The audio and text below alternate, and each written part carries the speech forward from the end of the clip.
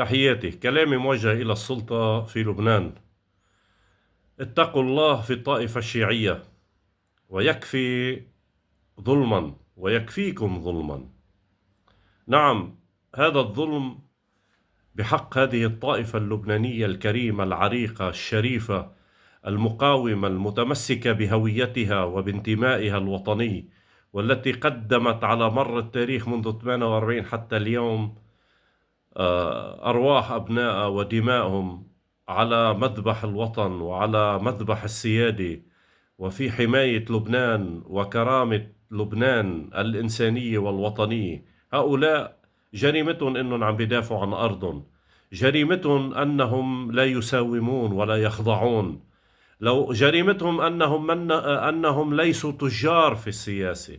نعم، لو أنهم يشبهونكم يا تجار السياسة، أنتم السياسيين اللبنانيين بمجملكم، لو كانوا مثلكم تجار وبايعين كرامتهم وبايعين انتمائهم وينتمون إلى كل العالم ما عدا لبنان، ما كان في مشكلة.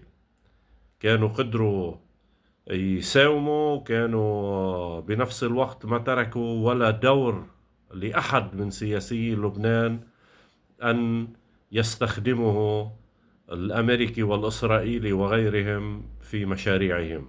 بس هؤلاء لأنهم عندهم هذه المنعة الوطنية، ولأنهم عندهم هذا الانتماء الوطني الصادق، ولأنهم متمسكين بحقوقهم وبعقيدتهم وبكرامتهم، اليوم كل العالم يتآمر عليهم. يكفيهم فخرا أن عالم الشر والشياطين يتآمر عليهم. فاتقوا الله فيهم انتوا، إذا ما كنتوا قادرين إلا إنكم تخضعوا، ما فيكم تواجهوا تلك الإملاءات الأمريكية وتلك الضغوط السياسية الأمريكية والدولية، فتنحوا أشرف لكم.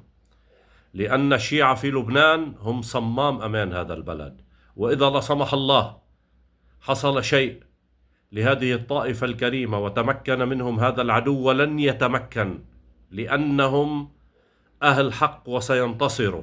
بس عم نقول فرضية، في حال تمكن منهم شياطين العالم انتهى لبنان. نعم، انتهى لبنان، لن يكون أحد بمنأى عن هذا الخطر وعن مخاطر تلك المشاريع. لذلك توحدوا مع الشيعة والتفوا حول الشيعة لحماية لبنان، لأنهم أبناء لبنان الحقيقيين والأصليين، والذين لا يساومون على انتمائهم.